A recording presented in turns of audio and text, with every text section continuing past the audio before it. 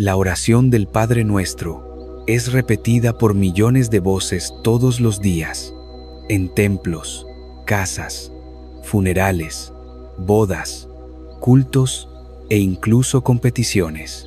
Está en las paredes, en las canciones, en los cuadros y en las memorias. Pero hay un problema. Muchos la han memorizado, pocos la han comprendido. Mientras la religión enseña a repetir, Jesús nunca llamó a esta oración una fórmula mágica. La llamó un modelo, un mapa, un camino espiritual que no puede ser recorrido de forma automática, sino con profundidad, reverencia y revelación. Y lo que pocos saben es que dentro de esta oración, aparentemente simple, existe un secreto oculto, un código espiritual, una puerta que separa la repetición religiosa de la verdadera intimidad con el Padre. Y ese secreto no está en las palabras, sino en su orden. Hoy vamos a levantar el velo sobre la estructura oculta del Padre Nuestro. Entenderás por qué esta oración es una convocatoria a la guerra, un manifiesto de entrega y una llave para activar el reino en la tierra. Cuando se ora con el corazón correcto, si sientes que tus oraciones están secas, sin vida o sin respuesta, si buscas intimidad con Dios y quieres desbloquear el reino en tu vida, quédate conmigo hasta el final, porque hay un secreto que pocos han descubierto, y está en la oración más conocida de la Biblia. Antes de enseñar la oración del Padre Nuestro, Jesús hizo algo que pocos perciben. Rompió un patrón, confrontó un sistema, expuso la oración que no sube, que no toca el cielo, que no mueve el corazón de Dios. Y esa oración, sorpréndete, era practicada por los religiosos más devotos de su época. Y orando, no uséis vanas repeticiones como los gentiles, que piensan que por mucho hablar serán oídos. Mateo 6, 7. Jesús comienza hablando de cómo no orar antes de enseñar cómo orar. Esto ya revela algo profundo. No basta con orar. Es posible orar mal. Es posible hablar mucho y no ser oído. Es posible repetir y no conectarse. Por eso, cuando Él finalmente presenta el Padre Nuestro, no dice, repitan estas palabras todos los días. Él dice, vosotros, pues, orad de esta manera. Mateo 6, 9. Orad de esta manera es diferente de repitan esto. Jesús estaba ofreciendo un modelo espiritual, un esqueleto sagrado, una arquitectura divina, una secuencia construida con precisión celestial. Cada palabra tiene un peso, cada frase es una llave, y cada bloque de la oración forma una escalera que sube al trono del Padre.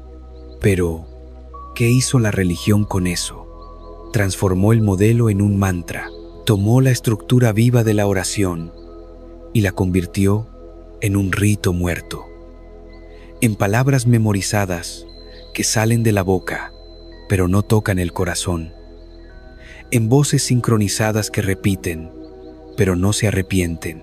En cultos que recitan, pero no quiebran el cielo. Y el problema no es la repetición en sí. Jesús no condena las oraciones repetidas.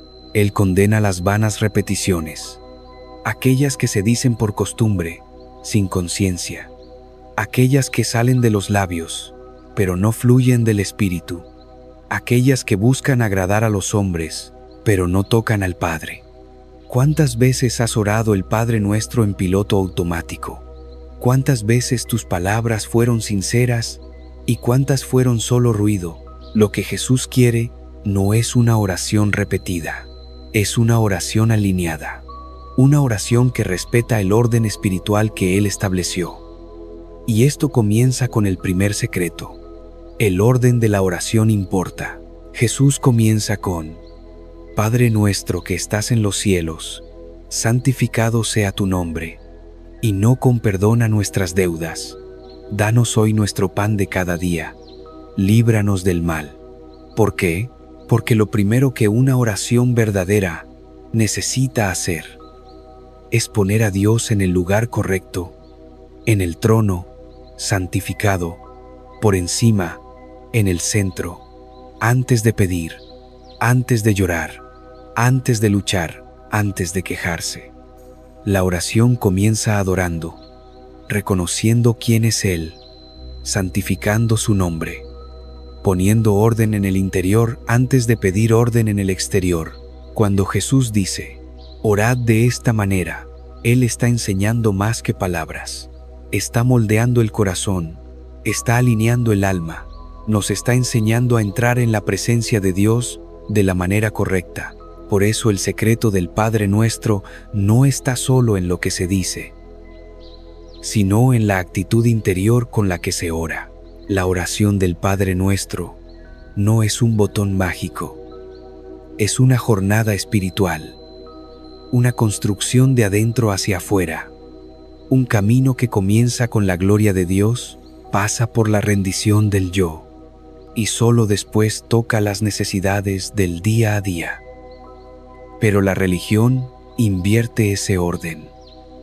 Comienza por el pan, por el libramiento, por mi nombre, mi problema, mi deseo. Y cuando esto sucede, el corazón ya ha entrado en la presencia de Dios desalineado, el ego en el centro, Dios en la esquina. Resultado, silencio, frustración, rutina. Por eso Jesús fue claro: no seáis como ellos. La oración no es sobre convencer a Dios, es sobre convertirse a Él. No es sobre repetir frases, es sobre realinear el corazón. Y es por eso que, antes de cualquier petición, la oración comienza con: santificado sea tu nombre. Porque quien no santifica el nombre de Dios con la boca, no puede esperar que el cielo responda con poder. La oración del Padre Nuestro es una revolución espiritual cuando se entiende con profundidad. Y la primera clave del secreto es esta: no repitas, revela, no memorices, declara, no uses, vive. Cristo no quiere oraciones bonitas, quiere corazones quebrantados, y el modelo que Él dio es más peligroso de lo que muchos imaginan, porque si se ora con sinceridad, pondrá tu vida de cabeza, o mejor dicho, la pondrá en alto. La primera palabra de la oración del Padre Nuestro es una puerta estrecha. Padre. Puede parecer simple, pero no lo es. Jesús nos está enseñando que toda oración verdadera comienza con relación, no con petición, no con religiosidad, no con liturgia, sino con identidad. Y no cualquier identidad. Filiación, llamar a Dios Padre, es una afirmación de dependencia, de rendición, de cercanía, de origen. Es reconocer que yo no soy el centro, que yo no me basto, que yo no soy dueño de nada, ni de mi propia vida. Pero Jesús va más allá. No dice solo Padre. Él dice Padre Nuestro. Y aquí es donde el orgullo muere, porque esta simple palabra, nuestro, vacía el ego espiritual, destruye el altar de la vanidad, derriba el trono del yo, impide que alguien se crea exclusivo, demasiado especial, superior a los demás en la fe. ¿Cuántos hoy quieren un Padre mío, pero rechazan el Padre Nuestro? Quieren la salvación individual, pero ignoran el cuerpo. Quieren el reino, pero desprecian a los hermanos. Quieren comunión con el cielo, pero viven en guerra con la tierra. Pero Jesús nos enseña que no se entra en la presencia del Padre sin reconocer que Él también es Padre del otro, del imperfecto, del diferente, del que se equivoca, del que te hiere, del que no piensa como tú. Orar Padre Nuestro es ponerse al lado de los otros hijos. Es declarar que el reino no tiene hijos únicos. Es admitir que la presencia de Dios no es un premio para los puros, sino un lugar para los quebrantados que reconocen su filiación por la gracia. Spurgeon decía: se necesita humildad para decir Padre, pero se necesita cruz para decir nuestro.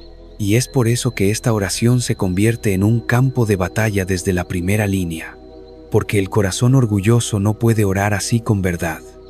Puede repetir, pero no se entrega. Puede pronunciar, pero no se inclina. El Padre Nuestro es un golpe contra el fariseo interior, aquel que cree que está más cerca de Dios porque ora mejor, ayuna más, conoce más versículos o tiene más tiempo en la iglesia. Pero la oración enseñada por Jesús comienza donde el fariseo tropieza. En la humildad no comienza con Señor Todopoderoso ni con Dios Altísimo. Comienza con una palabra íntima, relacional, accesible: Padre. Y esa es la belleza y el escándalo del Evangelio al mismo tiempo. El Dios Santo, inaccesible, justo, omnipotente, quiere ser llamado Padre, pero no por cualquiera, mas a todos los que le recibieron, a los que creen en su nombre, les dio potestad de ser hechos hijos de Dios. Juan 1:12. Es necesario nacer de lo alto para tener el derecho de llamarlo Padre. Y es por eso que esta oración no es universal, es exclusiva de los nacidos de nuevo. Porque el Padre Nuestro solo tiene sentido para quien fue adoptado por la gracia. Por eso el infierno odia esta oración, porque comienza con un nombre que el diablo nunca podrá decir. Satanás puede repetir palabras, pero nunca podrá orar Padre Nuestro, porque es huérfano, separado, condenado. Y cada vez que un hijo de Dios ora con sinceridad, Padre Nuestro, que estás en los cielos, el infierno tiembla, porque esa frase lleva identidad, unidad y adoración en una sola expresión. Y más, el Padre Nuestro también revela una verdad incómoda. Si Él es nuestro Padre, entonces nosotros somos hermanos, y eso destruye toda arrogancia espiritual, toda comparación, toda competición entre los hijos. No hay púlpito lo suficientemente alto para elevarse por encima de esta palabra. No hay cargo eclesiástico que valga más que un hijo quebrantado. No hay función que reemplace la filiación. El Padre Nuestro es una espada contra el ego y un puente hacia el cielo. Por eso no se ora esta frase de cualquier manera. Debe salir de la boca con temor y del corazón con verdad, porque quien no acepta el Padre Nuestro no está listo para Él. Hágase tu voluntad, ni para Él. Perdónanos, ni para Él. Líbranos. Todo comienza aquí, con la muerte del orgullo y el nacimiento de la identidad. Si te saltas esta parte, el resto de la oración no tiene poder. Pero si la entiendes, entonces estás preparado para entrar en el reino por la puerta estrecha. Jesús podría haber comenzado la oración del Padre Nuestro pidiendo pan. Podría haber iniciado pidiendo perdón, dirección o liberación. Pero Él comienza con adoración, con reverencia, con la santidad del nombre de Dios. Padre nuestro que estás en los cielos, santificado sea tu nombre. Aquí está el primer movimiento verdadero del alma orante. No es pedir, es postrarse. Antes de que cualquier palabra llegue a los cielos, el alma necesita inclinarse. Antes de que la petición suba, el corazón necesita descender, decir, santificado sea tu nombre. No es una formalidad, es una declaración de guerra contra la banalización de Dios. Es colocar al Creador en el lugar que le pertenece, en el trono, por encima de todas las cosas, separado de todo pecado, exaltado sobre toda criatura. La palabra santificado viene de agiazo, que significa hacer sagrado, reverenciar, apartar. Jesús está diciendo: cuando oréis, comenzad colocando el nombre de Dios por encima del mundo, por encima de vosotros mismos, por encima de todo. Pero, ¿cuántos hacen esto? Hoy, el nombre de Dios está en camisetas, en frases de impacto, en memes, en juramentos vacíos. Es usado para validar decisiones humanas, justificar guerras, vender productos, atraer multitudes. Pero en la oración enseñada por Cristo, el nombre de Dios no se usa, se adora. No se trae a los labios por vanidad, sino que se eleva en santidad. Santificar el nombre de Dios es más que llamarlo santo. Es tratar todo lo que lleva su nombre con temor. Es reverenciar su palabra. Es obedecer su voluntad. Es no jugar con aquello que ha sido declarado santo. Es por eso que Isaías, al ver la gloria de Dios en el templo, oyó a los serafines clamando: Santo, Santo, Santo es el Señor de los ejércitos. Isaías 6, 3. Los cielos no comienzan con peticiones, comienzan con el reconocimiento de la santidad. Y Jesús, al enseñarnos a orar, nos invita a subir a ese mismo nivel. Antes de pedir, adora. Antes de declarar, cállate. Antes de abrir los labios, quiebra el corazón. Spurgeon decía: la oración que toca el cielo comienza con el reconocimiento de que el cielo es infinitamente más santo que nosotros. El orden es importante. Jesús no dijo: tu nombre es santo. Él dijo: santificado sea tu nombre. Es un deseo, una búsqueda, un clamor. Es como si dijéramos: Señor, que tu nombre sea apartado dentro de mí, que mis pensamientos te honren, que mis palabras te glorifiquen, que mi corazón te tema, que mi vida sea un altar donde tu nombre sea exaltado. Ese es el secreto que pocos ven. La oración comienza santificando la atmósfera interior. Si el nombre de Dios no es santificado dentro de ti, el resto de la oración no tendrá raíz, porque es la santidad la que le da peso a las palabras.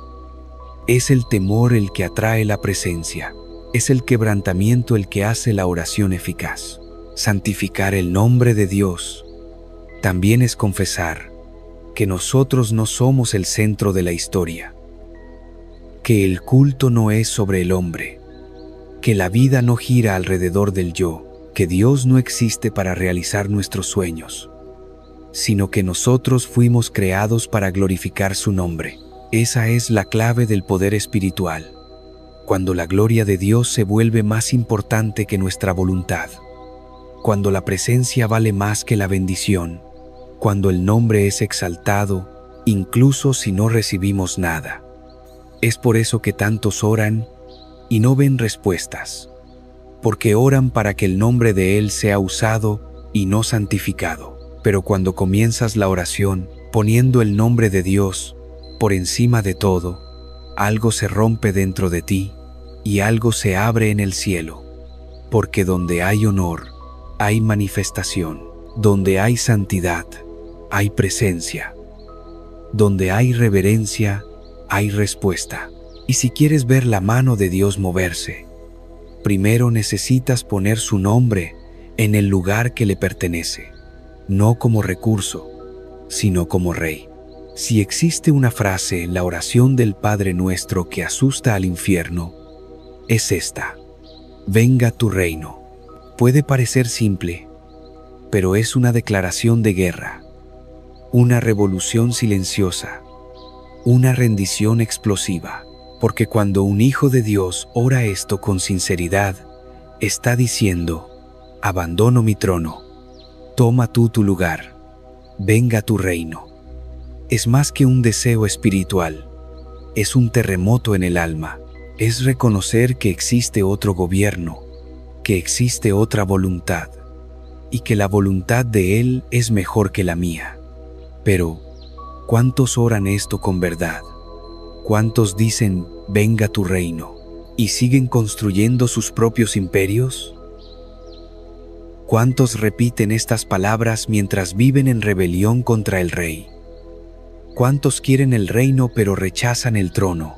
Spurgeon decía, orar por el reino es orar contra el mundo, contra el pecado y contra el propio yo, porque el reino de Dios no entra donde el ego reina, no comparte espacio con vanidades, no coexiste con el pecado oculto, no se establece en corazones que no se rinden. Orar, venga tu reino, es poner la corona a los pies de la cruz, es renunciar a la autopreservación, es declarar que el centro no soy yo, es desear más la presencia del Rey que las bendiciones del reino. Y esto confronta todo lo que nuestra carne desea, porque la carne quiere control, quiere comodidad, quiere dominio, pero el reino exige renuncia, exige humildad, exige quebrantamiento. Es por eso que Jesús puso esta frase justo al inicio de la oración, después de reconocer a Dios como Padre, después de santificar su nombre. El siguiente paso es abrir espacio para que Él gobierne. Venga tu reino, o sea, que tu gobierno comience en mí. Esa es la oración que el mundo no entiende, porque el mundo predica la autonomía, pero el reino exige sumisión. El mundo dice, sé lo que quiera hacer. Jesús enseña, hágase la voluntad del Padre. El mundo dice, tú eres tu propio rey. El Padre Nuestro enseña, solo hay un rey, y el reino es de Él. Y aquí está el secreto que pocos perciben. Venga tu reino. No es solo una expectativa futura, es una transformación presente. No es solo pedir que Jesús vuelva un día, es pedir que Él reine hoy en los pensamientos, en las decisiones, en los deseos, en el matrimonio, en los negocios, en el alma. Es por eso que muchos oran, pero no viven el reino, porque quieren el cielo como destino, pero no como gobierno. El verdadero cristianismo no es solo sobre ir al cielo cuando mueras, es sobre dejar que el cielo descienda a la tierra mientras vives. El reino de Dios está dentro de vosotros. Lucas 17:21. Pero solo se manifiesta cuando hay espacio, y el espacio solo existe donde hay renuncia. Por eso cuando Jesús oró en Getsemaní, Él no dijo, líbrame del sufrimiento. Él dijo, Padre, si es posible, pasa de mí esta copa, pero no sea como yo quiero, sino como tú quieras, porque la voluntad del Padre y el reino del Padre son inseparables. Donde el reino llega, la voluntad del Rey se hace. Esta oración es poderosa, pero peligrosa, porque quien ora, venga tu reino, con sinceridad, está pidiendo que todo lo que no pertenece al Rey sea derribado. Ídolos, vicios, planes, orgullo, autoimagen, justicia propia. Todo lo que ocupa el trono necesita caer. Y aquí está la ironía. Muchos quieren el reino de Dios para que las cosas mejoren. Pero a veces, cuando el reino llega, las cosas se rompen primero, porque Dios no reforma reinos humanos. Los derriba para establecer el suyo. Y esta oración, este clamor, esta frase, venga tu reino, es el principio del fin de la tiranía del ego y el comienzo del gobierno del Rey. Si existe una frase en el Padre Nuestro que la religión ama recitar, pero el corazón humano teme vivir, es esta: hágase tu voluntad como en el cielo, así también en la tierra. Parece hermosa, poética, sagrada, pero cuando se comprende con profundidad, se convierte en el divisor de aguas entre el creyente inmaduro y el hijo rendido, entre el religioso que busca control y el discípulo que se entrega a la cruz.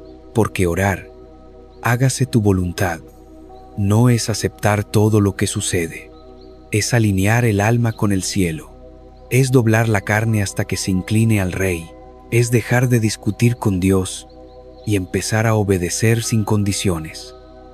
Esta oración es un acto de desistimiento voluntario, es decir, Señor, mis planes son limitados, mis deseos son imperfectos, mis expectativas son humanas, pero tu voluntad es perfecta, así que haz en mí, conmigo y a través de mí lo que el cielo ya ha determinado. Pero pocos viven esto, porque esta frase exige muerte, muerte del orgullo, muerte de la necesidad de entenderlo todo, muerte de la ilusión de control, muerte de los propios caminos. Y aquí está el dolor de la obediencia. La voluntad de Dios no siempre es fácil de aceptar. A veces nos lleva por el valle. A veces corta lo que más amamos. A veces confronta nuestro sentido de justicia. A veces nos quiebra para después sanarnos. Pero siempre, siempre, la voluntad de Dios es buena, agradable y perfecta. Romanos 12, 2. No en la comodidad, sino en el propósito. Spurgeon decía, nada nos hace más parecidos a Cristo que decir, hágase tu voluntad, y realmente querer decir eso. Esta frase fue el centro de la oración de Jesús en el momento más oscuro de su vida. Padre, si es posible, pase de mí esta copa, pero no sea como yo quiero, sino como tú. Mateo 26, 39. Es ahí donde la fe verdadera nace.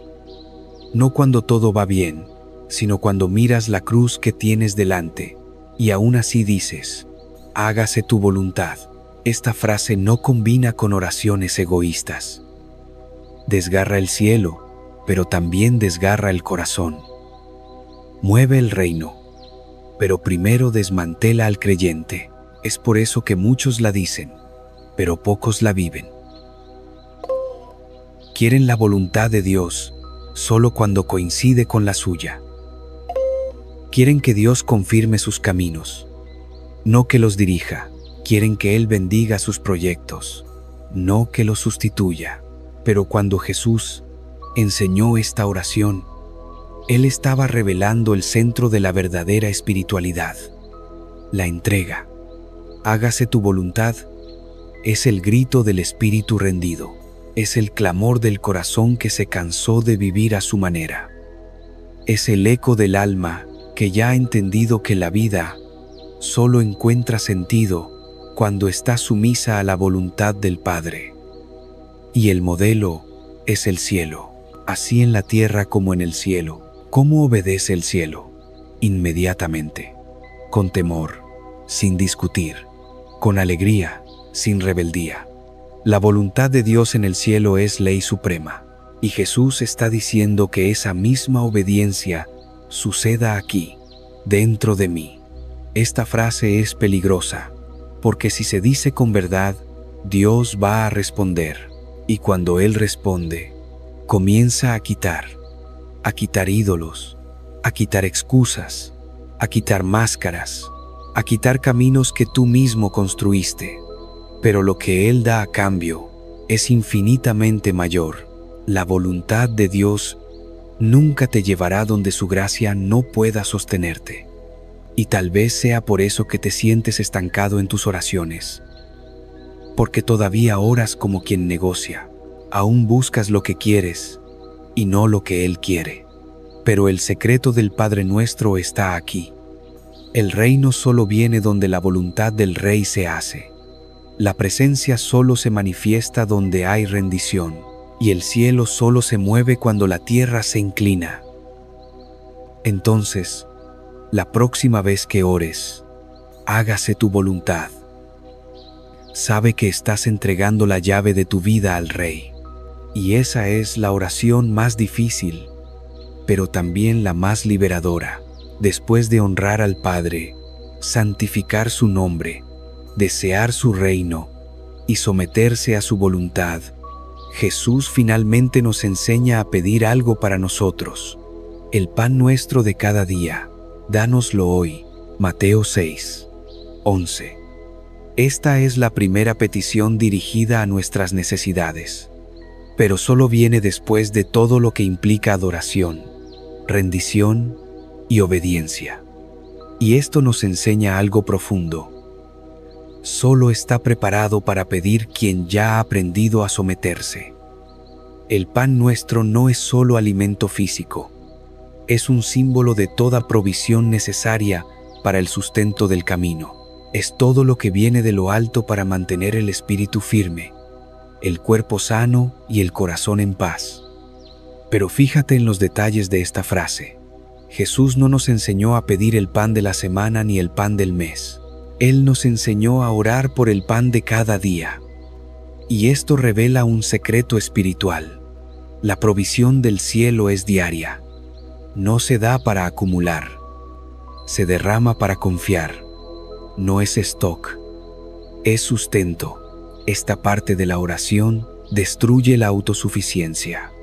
Nos recuerda que dependemos de Dios no solo en las grandes luchas, sino en el simple acto de despertar y vivir un día más. Nos enseña a vivir el presente con fe, sin ansiedad por el mañana. Así que no os afanéis por el día de mañana, porque el día de mañana traerá su afán. Mateo 6:34. Orar por pan diario es reconocer que el control está en las manos del Padre. Es decir, Señor, confío en que tú proveerás exactamente lo que necesito en el momento justo, en la medida justa, de la forma justa. Pero este tipo de oración es extraña para una generación que ha sido enseñada a quererlo todo ahora. Queremos bendiciones al por mayor. Queremos respuestas adelantadas. Queremos que el futuro sea revelado. Pero Dios trabaja al ritmo del maná. En el desierto, el pueblo de Israel necesitaba recoger el maná todos los días. Si intentaban guardarlo para el día siguiente, se pudría. ¿Por qué? Porque el cielo quería enseñar que la dependencia necesita ser renovada diariamente. Dios no solo quiere darte cosas, quiere mantenerte cerca. Por eso, Él esconde el pan de mañana para que vuelvas a buscar el suyo hoy.